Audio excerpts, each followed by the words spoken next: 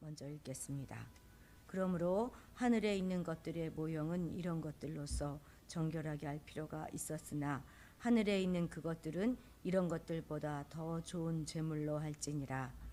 그리스도께서는 참것의 그림자인 손으로 만든 성소에 들어가지 아니하시고 바로 그 하늘에 들어가사 이제 우리를 위하여 하나님 앞에 나타나시고 대제사장이 해마다 다른 것의 피로써 성소에 들어가는 것 같이 자주 자기를 드리려고 아니하실지니 그리하면 그가 세상을 창조한 때부터 자주 고난을 받았어야 할 것이로되 이제 자기를 단번에 제물로 드려 죄를 없이 하시려고 세상 끝에 나타나셨느니라.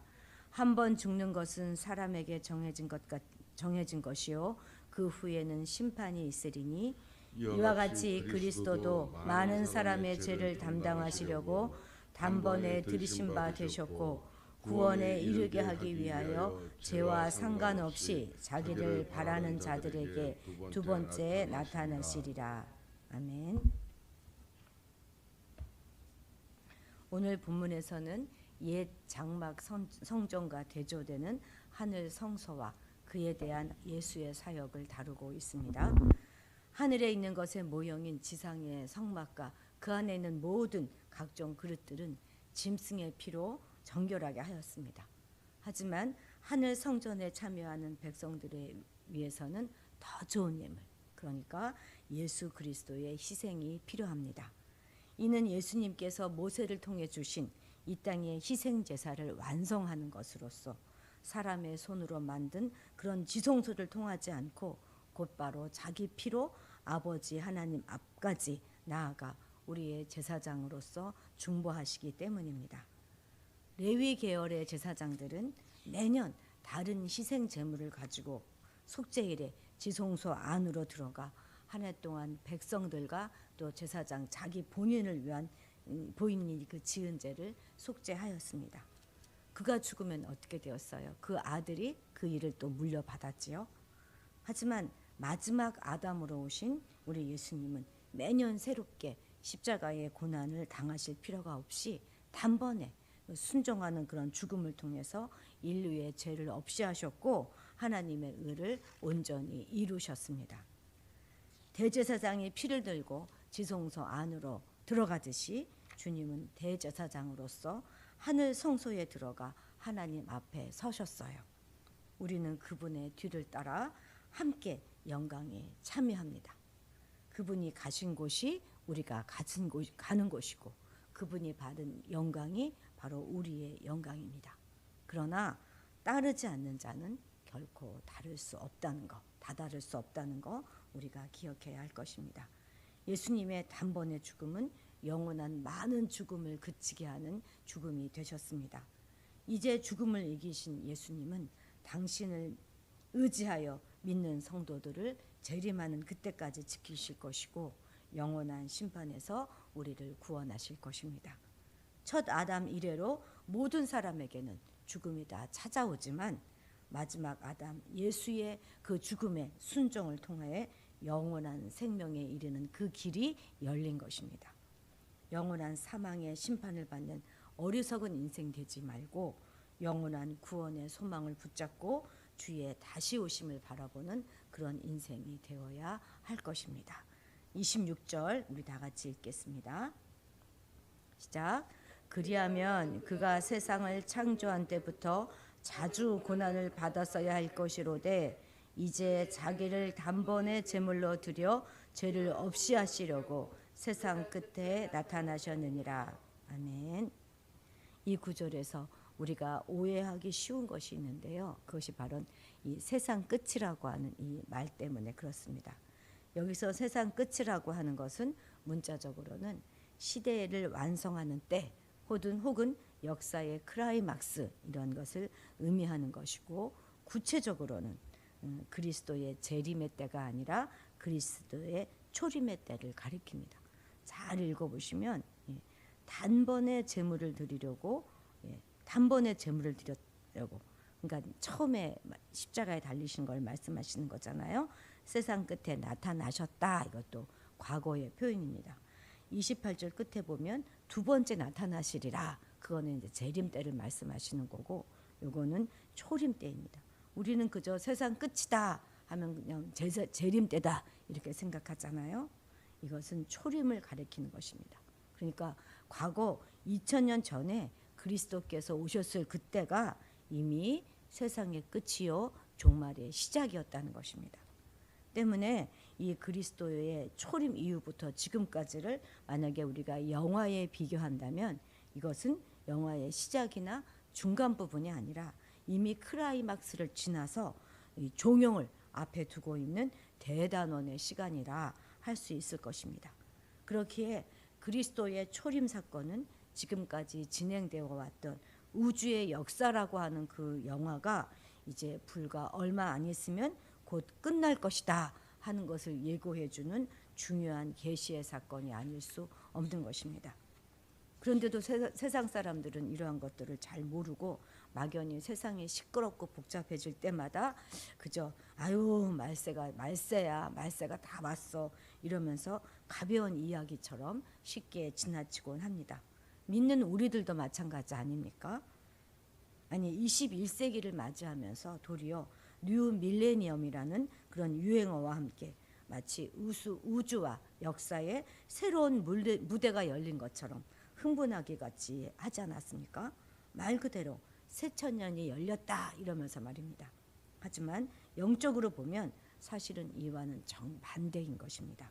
왜냐하면 21세기란 말은 실상 종말이 시작된 지 벌써 2000년이 흘렀다는 것으로 어쩌면 인류 최후의 날이 그만큼 가까워 왔다 하는 것을 의미하는 것이기 때문입니다. 그렇기 때문에 오늘 우리는 영적인 눈을 바로 뜨고 이제 지금이 어느 때인가 올바로 잘 분별해야 할 것입니다. 그리고 이 시대야말로 세상이라는 그 배가 이제 마지막 침몰하기 직전이라는 사실을 우리가 새롭게 깨닫고 이제는 새롭게 다가오는 천국의 배로 우리의 발걸음을 옮겨야 하겠습니다. 아울러 이미 어둠은 물러가고 새날이 밝았음을 알고 이를 준비하는 모습으로 항상 기체 옷을 입고 깨어 있어야 할 것입니다. 27절 우리 같이 읽겠습니다. 시작. 한 번 죽는 것은 사람에게 정해진 것이요 그 후에는 심판이 있으리니. 아멘. 이 말씀은 이 땅을 살아가는 사람들에게 인간은 반드시 언젠가는 자기가 행했던 모든 일에 대해 책임을 져야 한다 하는 사실을 준엄하게 경고하고 있는 말씀이라 할 수 있습니다. 이 땅에서는 분명 책임이라고 하는 것이 있긴 하지만 그것이 철저히 이루어지지는 않습니다. 그래서 사람들은 책임을 무시하는 경우가 많지요. 법만 보아도 그렇지 않습니까?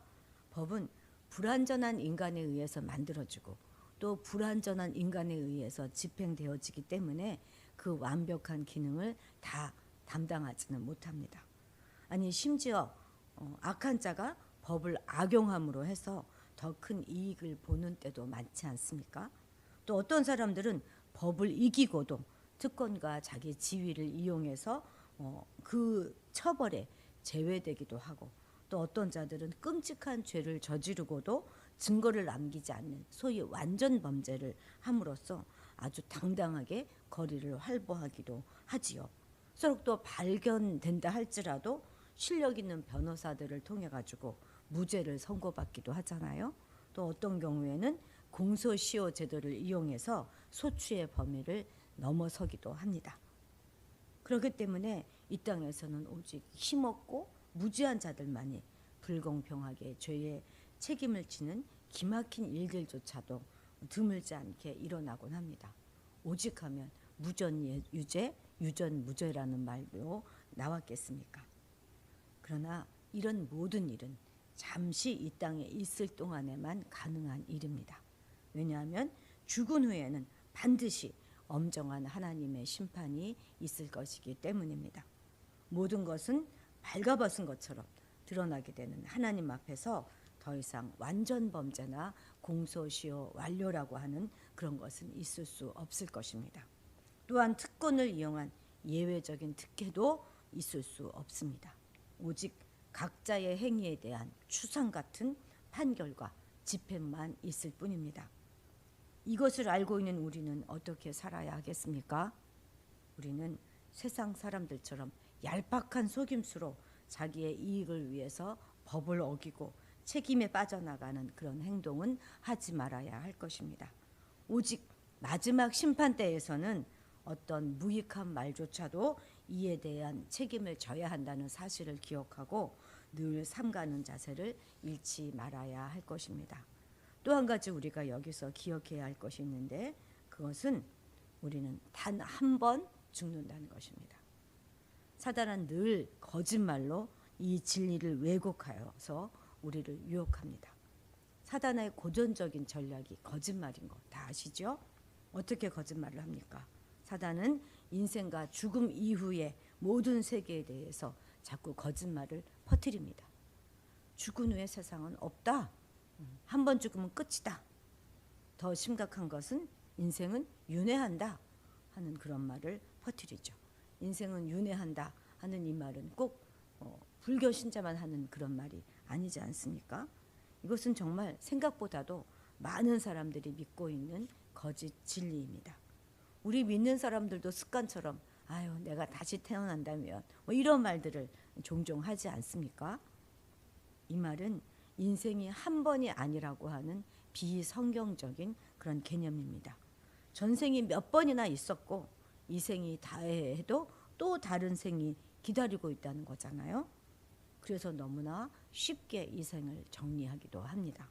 마치 글을 잘못 쓰면 확 찢어버리고 다시 쓰듯이 이번 생은 그냥 망해버렸으니까 여기서 그냥 죽음으로 끝을 내버리고 다음 생에서나 잘 살아보지 이런 생각으로 스스로 목숨을 끊는 경우도 많습니다.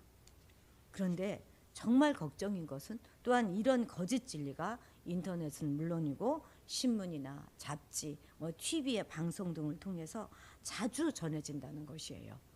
그러니까 모 방송국에서는 몇 년 전에 전생을 알아보는 고정 그 코너를 설치한 예능 프로그램도 방영되지 않았습니까? 이것은 전생이 있느냐 없느냐에 그런 고민하는 단계를 넘어선 것이에요. 전생은 분명히 있는데 거기서 내가 무엇이었는가 하는 그것을 알아보는 그런 방송이 아니었습니까? 이런 정말 그런 거짓을 진실처럼 당연한 것처럼 방영하는 그런 프로그램이었는데 이런 것들이 그것을 재밌어라 하면서 보는 우리 다음 세대들에게는 어떠한 영향을 미치겠습니까? 이것을 보고 성장한 아이들에게 한 번 살고 한 번 죽고 또 영원한 심판을 받는다 하는 이 성경의 진리가 얼마나 야박한 것처럼 들리겠습니까? 얼마나 터무니없는 소리처럼 들리겠습니까? 그러므로 우리는 정신을 바짝 차려야 할 것입니다. 사단이 무서워서 그러는 것이 아니라 천하보다 귀한 한 영혼이 한 어떤 순간이라도 진리를 의심하지 않기를 바라는 마음 때문이고 또 궁극적으로는 이 한 번의 심판으로 영원한 생명을 소유하기를 간절히 바라기 때문입니다. 오늘의 숙제입니다. 오늘 우리 아이들에게 한 번 죽는 것은 정해진 것이고 그 후에는 심판이 있다는 말을 꼭 들려주시기 바랍니다. 인간은 오직 한 번 죽는 것이고 더 이상은 없다고 윤회는 거짓말이라고 꼭 들려주시기 바랍니다. 기도하시겠습니다. 우리의 심판자 되시는 하나님, 인간이 누구나 한 번 죽는 것은 정해진 것이고 그 후에 심판이 있음을 오늘 사는 우리가 꼭 기억하며 살아가도록 도와주시옵소서. 어떤 사단의 거짓말에도 속지 않도록 우리 청소년들을 보호하여 주시고 확실한 성경의 진리를 떠나지 않도록 도와주시옵소서. 마지막 심판 때에서 우리가 했던 모든 무익한 말조차도 다 직고해야 함을 기억하고 오늘 정신 바짝 차리고 살아가게 하옵소서.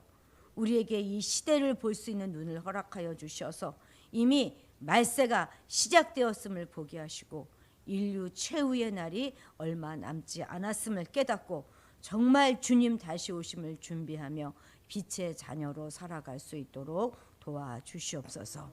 감사드리며 예수님의 이름으로 기도드렸습니다. 아멘.